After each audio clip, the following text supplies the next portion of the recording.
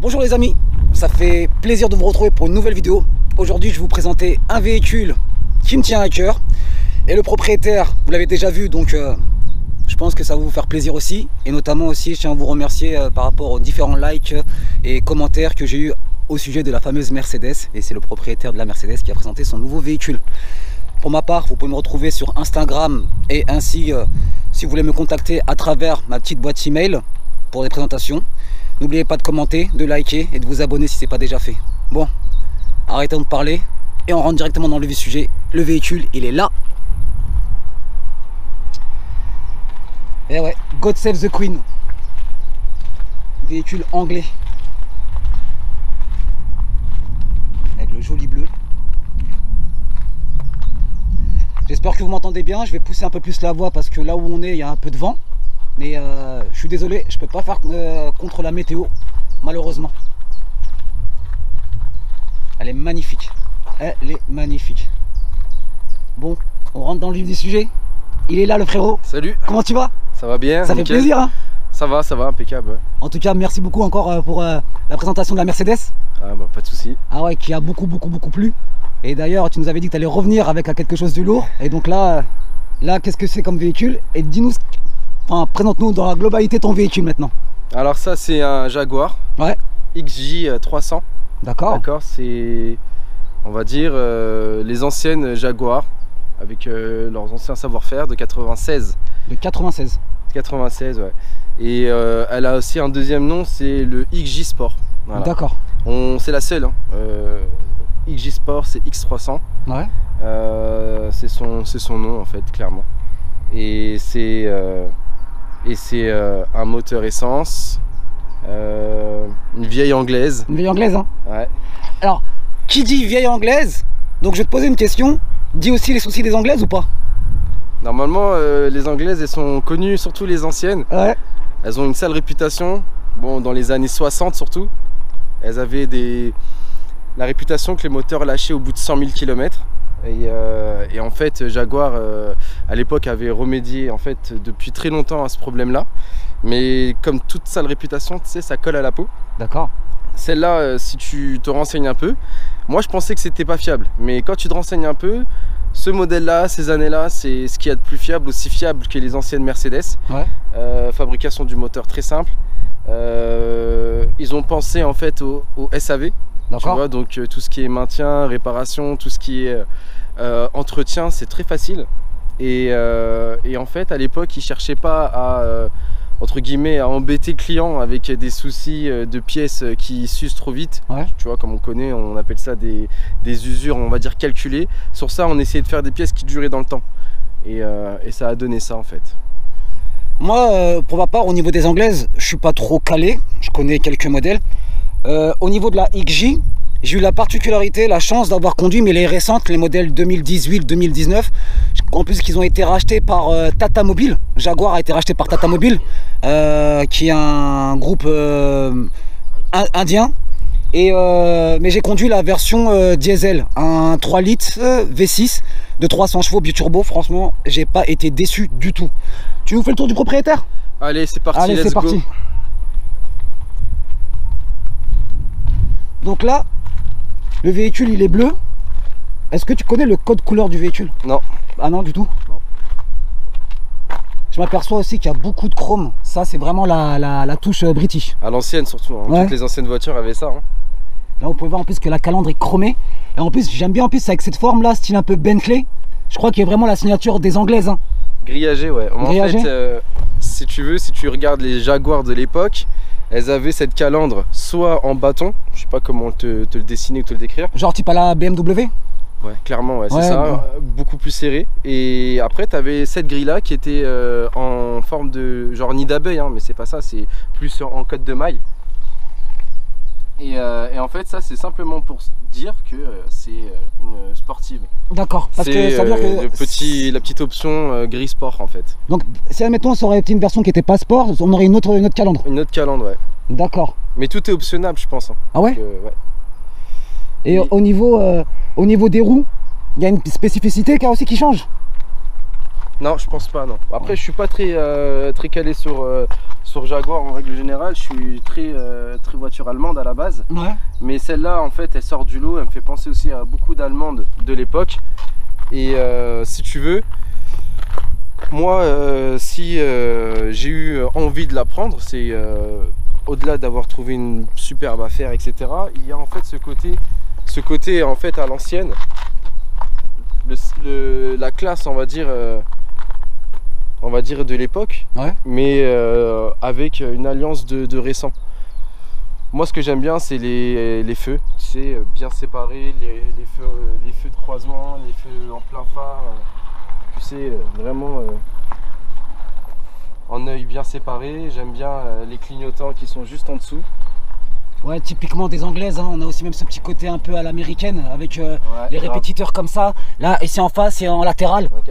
Ouais, les catadiode, franchement, moi je kiffe, je valide. Et en plus, surtout, il y a un truc que j'adore sur ce modèle-là, ça me fait penser, comme à certaines Rolls-Royce ou Bentley, le liseré tout au long de la carrosserie. Ouais. Il est subtil, hein, mais il fait aussi sa petite différence. Donc on a aussi au-dessus, tout le long de l'arête. Ouais. Et aussi au niveau du bas de la porte. Et franchement, je trouve ça magnifique. Bah, disons qu'à l'époque, on rentre encore à l'époque, avant les années 2000, dans les années 90. Ouais. En Angleterre, il y avait 3 grands piliers. On a en premier la marque Rolls. Ouais. En deuxième, on a Bentley qui suit vraiment juste derrière. Donc celui qui avait une Bentley, il avait un peu moins bien qu'une Rolls, tu vois. Mmh. Et celui qui n'avait pas la chance d'avoir une Bentley, il pouvait toujours se rabattre avec la marque Jaguar. D'accord. Mais quand tu regardes en clair la fabrication, les pièces, on verra tout de suite après les intérieurs, c'est vraiment pareil, c'est la même chose. C'est le jour et la nuit quoi en fait. Hein. C'est comme non, c'est pas le jour et la nuit. J'ai envie de te dire sur les 3 marques, c'est on va dire la qualité de finition, elle est elle est similaire, elle est très haute. Ouais. Et même là, 26 ans plus tard, on trouve encore, enfin 26 ans ou 24 ans plus tard, on trouve encore l'intérieur qui n'a pas bougé.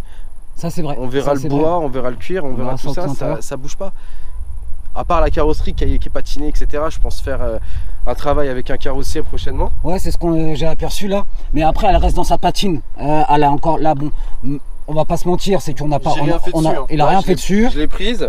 Elle dormait dans un jardin, je l'ai prise telle qu'elle est, je l'ai ramenée, j'ai absolument fait rien du tout. Mais pour en plus un véhicule, comme tu l'as dit, qui a dormi dans un jardin, moi je trouve qu'il a été encore super bien conservé. Ouais, et d'ailleurs ça me permet aussi de réagir, de rebondir sur, je sais que tu m'avais expliqué que tu l'avais levée, donc elle n'est pas assujettie à certaines anglaises, à la rouille au niveau du châssis. Non, j'ai de la chance. Ouais, franchement tu as de la chance, là, parce que il y a certains véhicules, je vais prendre des exemples. Tu as des marques anglaises comme des marques japonaises où on va pas se mentir, et même certaines allemandes qui, quand elles dorment à un certain moment, et ça dépend dans quelle région elles sont, mais on sait très bien que certaines anglaises et certaines japonaises sont réputées à avoir le châssis qui rouille rapidement, comme certaines aussi allemandes, telles que BMW pour certains modèles, mais bon voilà, ou Mercedes. Mais celle-ci, elle a été conservée, elle n'a pas été touchée par la rouille. Il y a des traces de rouille, mais il n'y a aucune rouille qui est perforante. C'est superficiel quoi. Et en plus c'est superficiel, c'est localisé, c'est facilement traitable. Donc c'est vrai que si on veut s'aventurer dans une marque anglaise, il vaut mieux aller voir les forums. Tiens d'ailleurs voilà, ça me permet de te poser une question. Se renseigner sur les modèles. Tu peux conseiller une personne qui irait... Moi en réalité à l'époque, comme quand je parlais de la Mercedes W123, c'était pas la W123 que je regardais, c'était à l'époque la W114. Mais ces modèles-là, ils ont tendance à rouiller. Celle-là, moi là-bas, c'était pas la X300 qui m'intéressait. Celle-là, c'est la X300. C'était plutôt la Mercedes, c'était plutôt la Jaguar XJ40. D'accord. C'était la XJ40. C'est exactement le même châssis. C'est exactement la même voiture. Seulement en fait, au niveau de l'intérieur, c'est un peu plus young time. Les feux sont plus anciens, plus carrés. Elle fait plus vieille. Ouais. Et elle est un peu plus statutaire aussi. Il faut dire ce qui est. Un peu moins récent, donc on a l'impression réellement de conduire quelque chose de vieux, d'ancien et de particulier. Donc c'était ça que je regardais. Mais le problème avec ces voitures-là, ouais, en termes de fiabilité, on est un cran en dessous. Donc c'est pas aussi fiable, on démarre mais on sait pas si on rentre. Donc c'est toi et ta chance. Je tenais aussi. C'est grâce à ça en fait, pour rebondir. Ouais. C'est grâce au forum que j'ai pu savoir par rapport aux anciens propriétaires que le XJ40 c'est beau, mais il faut avoir beaucoup de chance. Et le X300, on va dire que c'est un peu moins atypique, mais en tout cas en termes de fiabilité, je l'espère, ça ira très loin. Si tu me permets, par rapport aux abonnés, on va se rappeler une anecdote, lui et moi. Tu te rappelles le jour où on était dans un parking souterrain? Dis-moi en plus parce que... On était à Paris et on est rentré dans un parking souterrain et moi j'ai vu celle-ci mais en noir avec l'intérieur noir, elle était magnifique. Et toi t'étais sur une autre qui était de couleur grise. Elles étaient garées à côté. Elles étaient côte à côte, voilà. C'est vrai que la première fois où je l'ai vue en vrai, c'était sur Paris, clairement dans un souterrain. On est tombé sous le charme. Un très beau, et elles étaient impeccables. Peinture impeccable, brillance impeccable, paillettes, tout. Et pas une rayure, et tu les voyais comme ça et tu te disais mais c'est quoi ce bordel en fait. Nous on n'était pas si mal véhiculés que ça, on était en ultra sportive, M6, l'autre en BM machin, etc. On avait des voitures de 2018-2020, mais quand on passe à côté de ça, on s'est arrêté, on a tous bloqué dessus parce qu'en fait c'est beau. Le temps il s'est arrêté, sincèrement le temps il s'est arrêté. Et du coup j'ai eu la chance de trouver les mêmes modèles. Bon, chiner les mêmes modèles, maintenant il faut peut-être, comme j'ai dit tout à l'heure, essayer de le mettre un petit coup de jeune avec un bon carrossier. Si j'en trouve un, je confie volontiers.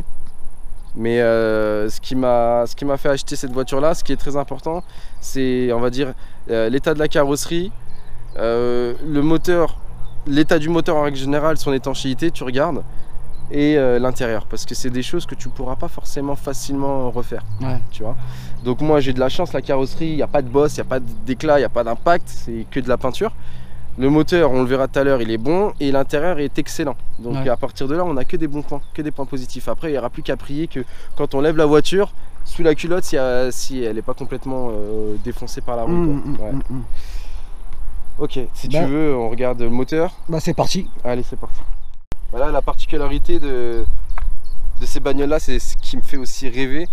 J'ai jamais eu de voiture qui avait la chance, enfin, j'ai jamais eu cette chance d'avoir une voiture où le capot s'ouvrait de manière, tu sais, inversée. Et ça, je trouve ça magnifique en fait. Comme les Corvettes. Les Corvettes, et même étant aussi moi BMI, certains Renault 5, Clio, Renault 5, et même chez BM dans les séries 5. Donc tu nous présentes un peu le moulin, je passe de l'autre côté. Tu peux regarder. Bah, là on est sur un gros 3 litres de essence de l'époque, atmosphérique. Là comme on peut le voir, comme on avait fait pour le Mercedes W123 sur ta précédente vidéo, on avait vu qu'il y avait énormément de place pour observer le moteur, pour changer des ampoules ou pour même accéder aux bougies. Là c'est exactement pour y travailler pareil. En plus exactement, il y a de l'espace pour faire. Là c'est exactement pareil. Ce qui est bien, c'est que on a un visu sur tout. Là clairement on a le moteur, on a les injections, la rampe d'injection, on a les bougies et bobines d'allumage sous le cache, il me semble. Et tout est accessible, la courroie d'accessoires est là, c'est une chaîne de distribution, c'est un moteur Ford, donc réputé vraiment pour être costaud. Très costaud. Et on a aussi cette particularité, tu sais, d'avoir cette double ventilation pour le moteur et cette arrivée d'air frais qui passe par là. Franchement, je trouve ça super joli. Il y a des petits clins d'œil, des petits détails avec des gravures Jaguar un peu partout. Exactement. Là, il y a une gravure Jaguar là. Là, on a, si on se retourne, on a le cache auto avec la couleur Jaguar, c'est le vert anglais avec le 3 litres 2 inscrit. On a des petits écriteaux Jaguar écrits un peu partout. On est vraiment sur quelque chose de beau. On a aussi l'accélérateur, comme à l'époque, accessible. On a deux jauges, on a la jauge. D'ailleurs, tu peux nous expliquer donc, on est sur une boîte automatique ZF, 4 rapports. On a la possibilité de regarder le niveau de la... On a la possibilité de... là en fait on le voit aussi, il y a encore l'écriteau ZF qui apparaît.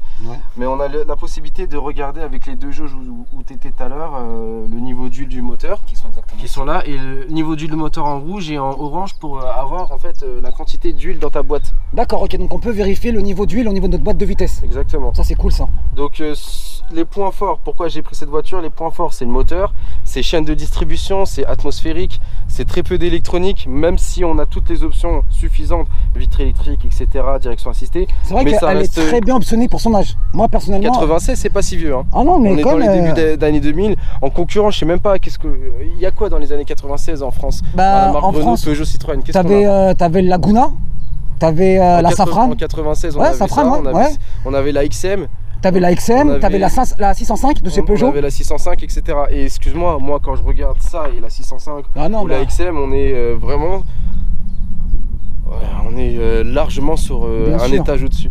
Et si tu me permets, je trouve que pour son âge, sincèrement, que le compartiment moteur, il est super bien conservé. Bah, il n'y a pas de fuite. Il n'y a pas de... Mais je veux dire, en soi, il n'a pas genre été pris... parce que quand un véhicule, on sait très bien qu'un véhicule qui dort longtemps et qui reste longtemps sur place, on va pas se mentir, vous avez retrouvé quoi? Quelques nids de rongeurs ou choses comme ça. Mais là, sincèrement... Désolé, c'est le TGV. Et ben là, on trouve que quand même, il a été super conservé. Moi, je le trouve, personnellement, propre. Ouais, il est propre, ça va. Franchement, clairement, j'ai rien fait, pas de nettoyage, rien, propre. Moi, ce que j'aurais aimé faire et dans dessus... son jus, ça patine. Bah, qu'est-ce que je pourrais faire, moi, dessus? Un entretien simple, une vidange, changer les... Moi, je vois un gros turbo, gros injecteur, tout ça, un truc qui arrache. Il existe sur ce modèle-là, le même moteur en V8, avec un compresseur. Et là, c'est l'équivalent d'un SRT, AMG. C'est le top du top, ça existe, oui. Bah, en fait, c'est pas la... Celle-là, c'est... Malgré qu'ils ont en fait les crypto 3 litres de sport, c'est la plus petite cylindrée. Moi, quand je vois la taille du moteur, je me dis c'est une usine à gaz en fait, c'est énorme. On est sur un 3 litres 2, mais quand on compare les 3 litres de maintenant ou les 3 litres 5 de maintenant, bah, ils n'avaient pas besoin de faire un aussi gros moteur que ça, quoi. Là, je le vois, il est énorme, c'est un longitudinal, le moteur il prend toute la place. Toute la place pour le sortir, je pense ça, il faut vraiment une belle une grue. De la force. Il faut une grue carrément. Ah, je trouve ça esthétique. Que ce soit dans le moteur ou dans l'habitacle, il y a ce côté séduisant de chez Jaguar. Et c'est ça en fait que j'aime. Moi, j'aime bien quand c'est classe, posé, séduisant. Bah c'est parti, on fait un petit tour à l'intérieur. Et le bruit du claquement. Voilà, emblématique. Maintenant, place à l'intérieur. Ouais, on est sur un habitacle entièrement en cuir. On a l'état des sièges très clairement, franchement, je suis très surpris de voir des cuirs en aussi bon état. Ils sont pas marqués du tout, voilà. Voire très peu. On a du cuir partout clairement, sur le volant, sur la coudoir, d'accord. On a en dessous de la coudoir, sur le frein à main, on a un allié. Et c'est vrai que la position du frein à main, elle est emblématique. On a un mariage très particulier. On a un mariage de bois aussi. Bah en fait, le bois, c'est même au niveau de toute la symbolique des Anglaises. Hein. Là, on a un superbe bois qui a été un peu avec le temps abîmé. On a du chrome magnifique. En plus, c'est pas du chrome en plastique, c'est du vrai chrome. C'est du vrai chrome partout. Mais je trouve que même malgré, donc même si le bois a vieilli, il a très bien vieilli. C'est pas un bois qui a craquelé, qui a éclaté complètement. Ouais. Il est encore dans sa platine. Moi, sincèrement, je trouve que au niveau des finitions de l'époque 96, c'était quand même quelque chose. Et je me pose la question si tout a été fait à la main, même si ça a été sur du montage d'usine. Mais je sais que certaines anglaises, c'était quand même, pour certaines finitions, c'est du montage à la main, mais au millimètre parfois. Bah, parce que là, on est sur du standard, comme tu disais, de Bentley ou de Rolls-Royce. Il n'y a pas plus... alors chez Jaguar, je ne sais pas si c'est les XJ les plus gros modèles. Donc l'équivalent des classes S chez Mercedes. Je crois que oui. Ouais, je pense que non, la XJ a été la grosse berline de chez Jaguar. Ouais. La XJ, donc on ne peut pas prendre plus pour l'époque. D'ailleurs, c'est bien, oui, je pense que c'est ça. C'était des voitures aussi, on va dire, en Angleterre, c'était des voitures qui servaient de cortège pour la reine. Exactement, God Save the Queen. C'est pour ça que je disais ça à l'intro, God Save the Queen, parce que elle existe en version longue. Oui, bien sûr. En version L. Et, petite anecdote que tu m'as envoyée par message, tu m'as dit de regarder une vidéo, elle existe, mais il n'y en a que 3 dans le monde. Oui. Que 3 dans le monde. Et tu peux dire un peu plus c'est quoi? C'était l'ancien modèle, le XJ40 qu'on disait tout à l'heure, qui sont très statutaires, etc. Et ils ont fait 3 dans le monde, non, 3 je crois en France. Seulement 3 en France. Non, ouais. que 3 en France? Que 3 en France, ouais. C'était ce même modèle-là, ou 3 dans le monde, je sais plus, à vérifier, mais en tout cas, c'est des pièces ultra rares. C'est la XJ40, c'est un peu le même châssis de la voiture, mais en break. En break, ouais. Ouais, c'est incroyable. C'est choquant. C'est incroyable. Et je vous inviterai à regarder ça sur internet. Je crois qu'elle est sur la chaîne du Petit Observateur, si je ne me trompe pas. Ouais, ouais. Et il la voit passer comme ça en plein rue de Concorde. Et il fonce vers le gars et il va l'arrêter parce que c'est un modèle. C'est du jamais vu. Hein. Ouais, c'est franchement du jamais vu. C'est très clairement du jamais vu. Ouais. Et même d'ailleurs, quand il l'explique, c'est que c'est vraiment fait à la main parce qu'il y a des petites choses qui le trahissent par rapport aux finitions, comment c'est assemblé. Ouais, au niveau des. Et c'est impressionnant, tu vois ça, comme ça, tout ça. Mais en break avec et ça continue et c'est droit coupé comme ça. Ça fait penser un peu au break de chez Chrysler 300, les gros les 300C. 300C, c'est un peu le même délire. Même esprit, ouais. Ouais. Mais bon, bien sûr que Chrysler est venu après la marque, mais là on est sur des places arrière super confortables aussi là. Ah ouais, mais là la banquette arrière elle est magnifique on a pas mal de petits ouais, c'est pour ça. Des petites touches de chic avec les crochets, les accroches de ceinture de sécurité encastrées, avec un épais à coudoir central en cuir complet. Personnellement, elle est très bien conservée. Avec des lumières de courtoisie et de confort, je trouve super bien présentées, un peu comme à l'ancienne. Encore plus anciens, ils reprennent un peu la code génétique des années 80-70. Et encore, en plus, à l'époque, ils avaient mis quoi? Les cendriers au niveau des montants de porte. Ouais. Elle a les vitres même électriques à l'arrière. Franchement, c'est un véhicule qui est super optionné. Et ce que j'adore aussi, la petite touche qui fait la différence aussi, c'est les seuils de porte en inox. C'est ça? Ou en alu? Non, c'est en alu ou en inox cela? Mais j'ai l'impression que c'est en inox ou un truc comme ça. Mais en tout cas, c'est super propre et ils sont bien vieillis pour son âge. Que ce soit même passager ou conducteur. Hein. Et même de l'autre côté, bien sûr, on le verra par la suite sur les routiers. On a aussi un écran de compteur, on a un tableau de bord bien particulier, on a toutes les indications. On a, si tu veux filmer en même temps, on a des commodos bien particuliers, notamment les commodos pour mettre les feux de croisement, les feux de position. On a les boutons pour les anti-brouillards. On a des boutons pour accéder à l'ordinateur de bord. On a aussi un ordinateur de bord intégré sous le compteur. Ouais. C'est là où on parle d'alliance entre ancien et récent. On a le style ancien mais avec le confort moderne. On a donc un compteur pour le niveau de batterie. On peut observer comme ça, de cette manière-là, on peut voir si notre alternateur fonctionne. On a le niveau de pression d'huile, le niveau, la jauge pour avoir la température. Cold et hot, et on a aussi forcément la jauge de niveau d'essence, et ça on les retrouve de moins en moins maintenant. Ouais, exactement, là on peut voir aussi c'est des indications, la jauge de la batterie, hein. Mais je trouve ça très important, c'est des jauges indispensables pour n'importe quel chauffeur, et pour pas se faire avoir quoi, surtout hein. Pour savoir pour anticiper une éventuelle panne. Ouais, déjà pour commencer. Ok. Bon bah c'est parti, on va faire un petit essai routier. Ouais, ça marche. Ah oui, aussi petite particularité, l'antenne qui se lève. Ouais. Et on a une clé très typique. Ouais. Franchement, moi, quand j'achète mes voitures, j'adore regarder les clés. Et ça en dit beaucoup en fait sur l'esprit de fabrication de ces modèles-là. Donc pour ouvrir et fermer, on avait une commande à part. Et quand on l'ouvre, avec la petite alarme, on a la petite indication en bip. Je sais pas pourquoi ils ont fait ça. Moi, je trouve ça ridicule en fait, mais ça après, donne un chic. C'est un petit chic à l'ancienne, ouais, voilà. Mais si tu veux être discret pour partir à 3 h du matin, tu réveilles ta femme. Là, c'est chaud là, tu vois. Mais... Et dis-moi, est-ce que on peut voir le coffre? Ouais, bien sûr. Bah, il est pas vide, hein, mais. Ouverture électrique. Punaise, même on voit quoi? Les fameuses surpiqûres. Ah ouais, mais c'est fou hein. La tapisserie dans le coffre, elle est magnifique. Et le coffre, il est quand même balèze. Il est très très large. Ah ouais, il est très large hein. Là, je peux mettre mes clubs de golf.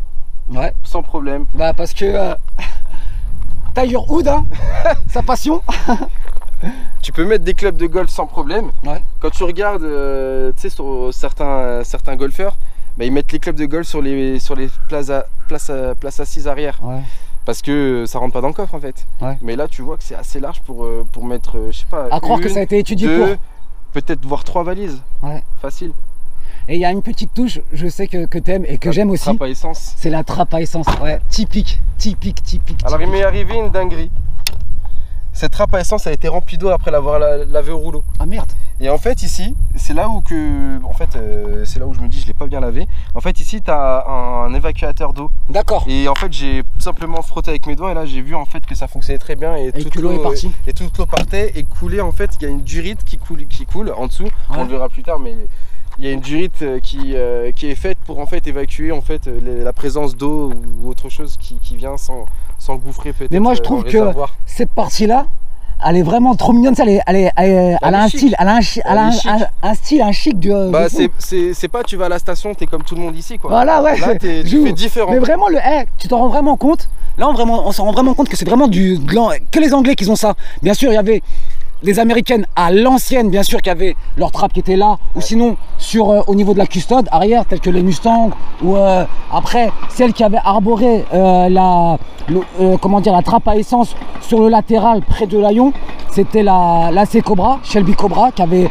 bien sûr une bonne trappe à essence, où la plupart du temps on les retrouvait sur la fin du montant ou à gauche, ou à droite. Mais jamais les Européennes n'avaient ça. Mais l'anglaise, elle a toujours gardé ce petit truc de trappe à essence. Porsche, par contre, eux les avaient à l'avant sur l'aile avant, tu vois. Non mais c'est particulier. C'est vraiment particulier. C'est particulier, ça donne un chic quoi. Bon bah c'est parti pour le petit tour. Ouais, et l'antenne qui se déploie lorsque tu mets On a une antenne qui se déploie lorsque tu mets la radio. Ouais. Par contre, le seul truc que je trouve un peu moins esthétique par rapport à maintenant, c'est la taille de l'antenne en fait. Quand elle se lève, je crois elle arrive là. C'est une Tibi. Bah regarde, tu verras. C'est genre un peu vraiment l'antenne satellite. Est-ce que j'ai mis la radio? Et voilà, le style. Ah ouais, le petit style là, franchement. Et ça me fait rappeler même d'ailleurs les Mercedes. J'ai pas menti, je fais 1m80, là, faut pas déconner là. Non, elle est grande. Voilà. Et Mercedes, c'est vrai que c'est ce que Mercedes faisait à l'époque aussi. Bah de derrière, je sais que quand je roule de derrière et que j'ai envie de mettre un peu de radio, bah les autres automobilistes ils voient ça quoi. Et je trouve ça en fait trop. On dirait que je peux capter un satellite. La NASA. Je trouve ça, c'est mon seul point, on va dire, si je pouvais faire quelque chose, on va dire un tuning de modernité, si je pouvais mettre quelque chose de complètement à plat. Ouais, je pense que ça. Mais dans ce genre de voiture, faut la laisser comme elle est. Dans son jus, hein. Ok. Bon. Mais en tout cas, voilà, c'est ça. Mais quand elle descend très rapidement aussi, quoi. Il suffit simplement que j'éteins le poste radio et 5 secondes tout pile plus tard, elle va se mettre à descendre quoi maintenant. Franchement la classe. En plus c'est silencieux. C'est silencieux, c'est rapide et c'est encore... en fait ça marche quoi. Ouais. Donc celui qui dit que c'est pas vraiment fiable, faut essayer de comprendre pourquoi il dit ça. Moi je trouve que il n'y a rien qui ne fonctionne pas dans cette voiture. Elle supporte la chaleur, les embouteillages, elle a tous ses chevaux encore, enfin j'ai l'impression en tout cas. Et voilà quoi. Bon bah c'est parti pour le petit tour. Ouais c'est parti ouais. Et bah tout de suite sur la route. Allez c'est parti pour l'essai routier. Voilà. Je me mets directement en D. On est sur une boîte séquentielle. Là c'est la possibilité de se mettre sur la 2, la 3 et en D pour la 4e vitesse. C'est une boîte qui est souple. Là j'appuie à peine, c'est fluide. C'est très insonorisé quand on le veut. Ouais, c'est ce que j'entends, hein. La voiture elle est pas bruyante du tout, c'est insonorisé voilà. Comme il se doit. Et moi sincèrement c'est vrai qu'au niveau de la planche de bord, moi ce qui me plaît c'est ce bois là étendu sur pratiquement pas la totalité mais quand même hein, sur les 3/4 de la planche de bord et au niveau aussi de la console centrale. Ouais. Sincèrement mais pour un modèle tu m'as dit donc de 96, bah franchement super bien conservé. Je sais pas, qu'est-ce qu'ils proposaient les autres marques à l'époque, à part, comme on a expliqué tout à l'heure, que ce soit Peugeot, Renault ou Mercedes, choses comme ça. Bon, après, tu avais quand même, c'est vrai, la classe S. Mais c'est vrai qu'en 96, la manufacture, elle était vraiment là. Tout était bien fait, tout était bien pensé. On voit que le compteur, il est en miles. Et après, en dessous, vous avez aussi les indications, bien sûr, en kilométrique. Hein. Comme ça, au moins, on n'est pas perdu. On a le compteur miles parce que c'est forcément une voiture d'Angleterre, mais il y aura toujours la conversion pour les kilomètres/heure, ça c'est sûr. Et voilà quoi. Ça a du punch. Si j'accélère un petit peu, que je mets un peu le pied dedans, c'est lent. Il y a 4000. Là, elle se déploie. Ah ouais, c'est marrant. Là, c'est la version, on va dire, c'est le mode un peu confort. Ouais. On dirait pas, mais je suis à 110 là. Bon, je ralentis un peu. C'est vrai, comme ça marche hein, quand même hein, pour son âge. Hein. Si je me mets en boîte séquentielle, là, elle va vraiment avoir une boîte un peu plus courte, un peu plus, on va dire plus tapante, ouais. Elle va être plus sport quoi. Donc il suffirait simplement que je me mette voilà, en séquentielle et ça réagit un peu plus vélocement, on va dire. J'ai une question, au niveau de la consommation, on est à peu près à combien de litres au 100? Moi, je crois 1 million de litres au 100 quoi. Ça consomme beaucoup? Ça consomme énormément. Ouais.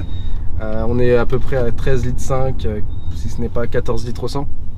Et c'est un réservoir de combien de litres à peu près? 80 litres. 80 litres. 80 litres, ouais. Donc le plein maintenant, avec la hausse du prix des carburants, on est à 140 € le plein. Ah ouais, quand même. Chez Total, pour pas citer de marque. Ouais. Total, Shell, BP, Carrefour et Casino. Comme ça, au moins, on est tranquille pour les marques. On a bien Intermarché, Leclerc. Intermarché, Leclerc. Et est-ce que tu penses qu'une personne qui aimerait avoir ce véhicule-là pourrait le passer en éthanol ou pas? Oui, comme toutes les voitures essence. On peut avoir un mode flex fuel dessus. Et d'ailleurs, en fait, je t'ai pas posé la question. Elle a combien de kilomètres? 146. Bah 145 000 encore, elle a rien quoi.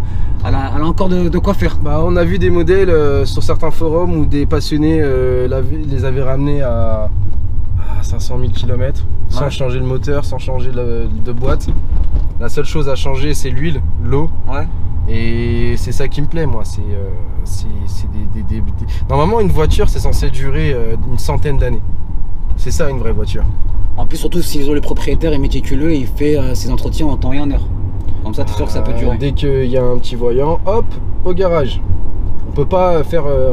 voilà, sur ce genre de voiture-là, on peut pas faire de la réparation, on va dire... Faire des concessions, c'est-à-dire qu'aujourd'hui, je vais pas faire ça et je m'en fous, je laisse traîner. Non, il faut être sérieux. Si n'importe quelle bagnole, même une voiture qui est considérée pas fiable, si on respecte les entretiens, tout va bien en fait. Et encore plus sur celle-là. Même s'il y a un problème, elle roule encore. Est-ce qu'elles sont capricieuses les anglaises comme les italiennes? Je peux pas dire parce que je suis pas forcément adepte aux voitures anglaises. C'est ma première anglaise, là j'ai sauté le pas. Ouais. Mais pour avoir connu quelques italiennes, je pense qu'on est sur quelque chose de plus fiable quand même que les italiennes. Ah ouais, donc vraiment là, pour toi c'est vraiment plus fiable qu'une italienne et on peut quand même dormir sur des oreilles. On va pas avoir la crainte, la boule au ventre en se disant aujourd'hui elle va pas démarrer ou chose comme ça. Parce qu'une italienne, tu peux choisir le moteur, pas le plus puissant, mais on peut choisir le moteur et la voiture qui est fiable. Ouais. Mais le jour où tu as une panne, ça va coûter extrêmement cher. Sur ce genre de modèle là, je parle une italienne de la même année. Hein. Ouais. Je parle pas des récents, je suis pas pour les voitures entre guillemets de moins de 10 ans. Mais sur les voitures qui ont plus de 10 ans, plus de 20 ans, comme pour ma Jaguar là par exemple, si on a quelque chose à réparer, c'est pas cher, c'est aussi cher que de réparer une Clio 3. Ah ouais, quand même. Ouais. Les pièces sont pas chères. C'est vrai que voilà, sur le marché admettons, des pièces, donc ça c'est quand même accessible. Très accessible, et puis si on trouve pas en France, on a des sites anglais où il y a toutes les pièces de la terre et possible inimaginable à acheter pour 20, 10, 15 euros.